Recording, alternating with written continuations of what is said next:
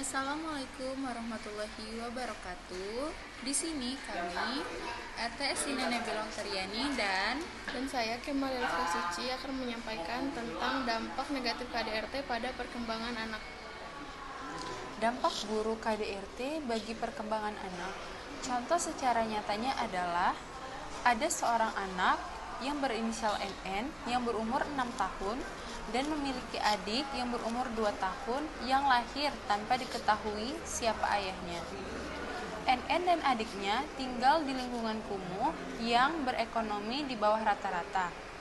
Ibu NN bekerja sebagai pengamen dan wanita tunasusila. NN dan adiknya dititipkan kepada kakeknya. Kakeknya seringkali melakukan tindak kekerasan kepada NN dan juga adiknya. NN dan adiknya seringkali ditampar, dibentur-benturkan kepalanya ke dinding, bahkan sampai diinjak-injak. Perlakuan ini pun dilakukan walaupun NN tidak melakukan kesalahan. Ibu mereka pun juga melakukan kekerasan kepada mereka dengan alasan untuk mencari simpati orang lain dengan cara membawa mereka ke jalanan dan meminta mereka untuk meminta-minta kepada masyarakat dan mencari sumbangan. Semakin mereka terluka, semakin banyak uang yang mereka dapatkan. Jika luka NN mengering dan hampir sembuh, perlakuan kekerasan itu pun dilakukan lagi untuk mendapatkan luka yang parah kepada NN. Beberapa waktu yang lalu, adik NN dinyatakan meninggal dunia karena patah tulang belakang akibat kekerasan itu.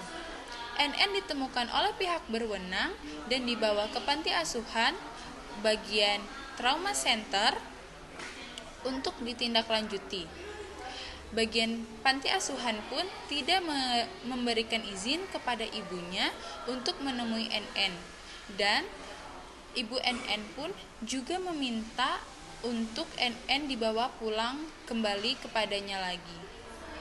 Pada beberapa kasus, kekerasan juga menimbulkan gangguan kejiwaan seperti depresi, kecemasan berlebihan, atau gangguan disosiatif dan juga bertambahnya resiko bunuh diri.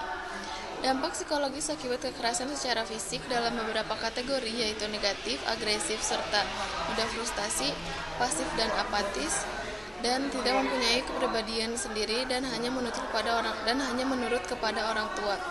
Tidak mampu menghargai dirinya sendiri, sulit dan juga sulit menjalin relasi dengan individu lain.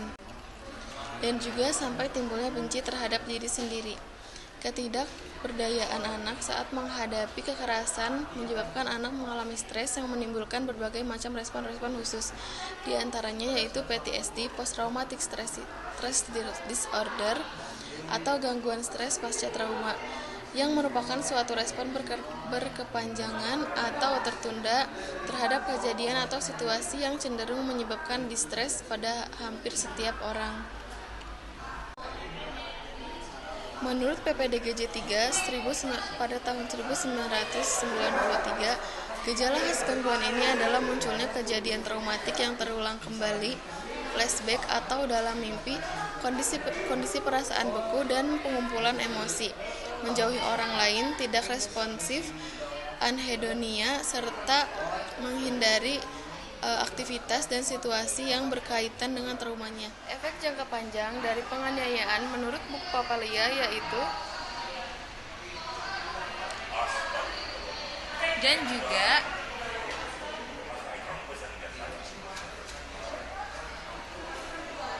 yang terakhir yaitu